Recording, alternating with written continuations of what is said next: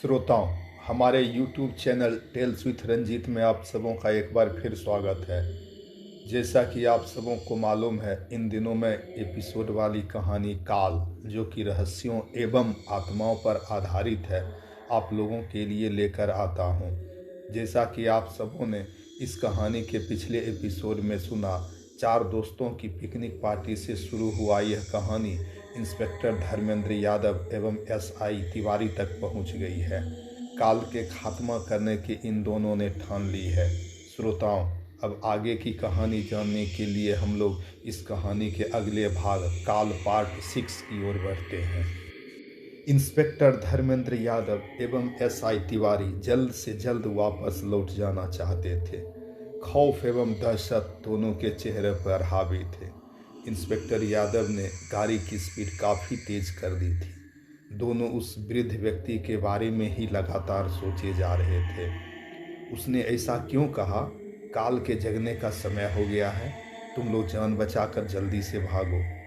कहीं वही तो काल नहीं था? वो तांत्रिक मिलेगा कहाँ? अगर जगा हुआ मिला तो क्या होगा? इन जैसी तमाम सवालों के जवाब ढूंढते ढूंढते दोनों शाम से पहले वापस थाने पहुंच गए थे। अगले 3 दिनों तक दोनों पुलिस अधिकारी उस तांत्रिक तक पहुंचने तथा उसे खत्म करने जैसी प्लानों पर विचार विमर्श करने में लगे रहे थे। उस विशाल एवं खूंखार जानवर वाले जंगल में उस तांत्रिक तक पहुंचना टेढ़ी खीर के समान था। काफ़ी सोचने विचारने के बाद दोनों ने अपने मिशन को अंजाम देने के लिए फॉरेस्ट विभाग के एक कर्मचारी डी सुमन को अपने साथ ले लिया था।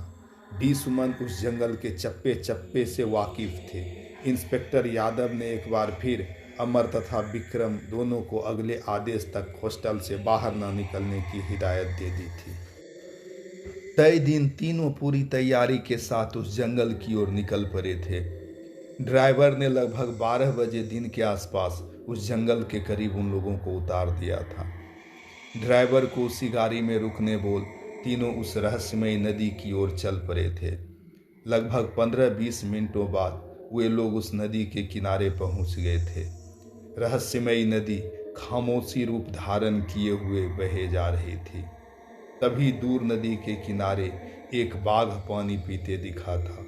तीनों डर कर अपनी जगह पर ही ठिठक कर खड़े हो गए थे। कुछ देर बाद तीनों सावधानी से अंदर जंगल की ओर बढ़ने लगे थे। ड्राइवर को अपने इस गुप्त मिशन के बारे में इन लोगों ने कुछ भी नहीं बताया था। वह इस खतरनाक मिशन से पूरी तरह अनभिज्ञ था। इधर तीनों को दूर पहाड़ी पर एक मंदिर दिखा था। इंस्पेक्टर यादव को लगा, हो ना हो वह तांत्रिक उसी मंदिर में रहता होगा। अगले ही पल तीनों उस पहाड़ी पर चढ़ने लगे थे। लगभग आधे घंटे की चढ़ाई पूरी करने के बाद वे लोग ऊपर पहुंच गए थे। ऊपर पहुंचकर सभी भौचक्के रह गए थे। उस सुनसान एवं निर्जन जगह पर बने मंदिर में एक दीप जल रही थी। उस मंदिर के आसपास 3 गुफा अंदर की ओर जा रही थी। अगल बगल के दीवारों पर भयानक भूत प्रेतों की चित्रकारी उकेरी हुई थी। तीनों इशारों इशारों में मंत्रणा करने के पश्चात सामने वाली पहली गुफा में घुस गए थे। उन तीनों को पूरा विश्वास था, हो ना हो इन्हीं तीनों में से किसी एक गुफा में वह तांत्रिक मौजूद होगा। उधर लगभग पिछले 2 घंटे से उस गाड़ी में बैठा ड्राइवर बोर होने लगा था। वह समय बिताने के लिए घूमते घूमते उस नदी के किनारे पहुंच गया था। वह मोबाइल से आसपास के इलाकों का वीडियो बनाने लगा था। दूर नदी के किनारे उसे एक आदमी लेटे हुए दिखा था। ड्राइवर वीडियो बनाते बनाते उसी दिशा की ओर बढ़ने लगा था। नज़दीक पहुंचते ही वह चौंक गया था। सामने कोई तांत्रिक गाढ़ी नींद में सो रहा था।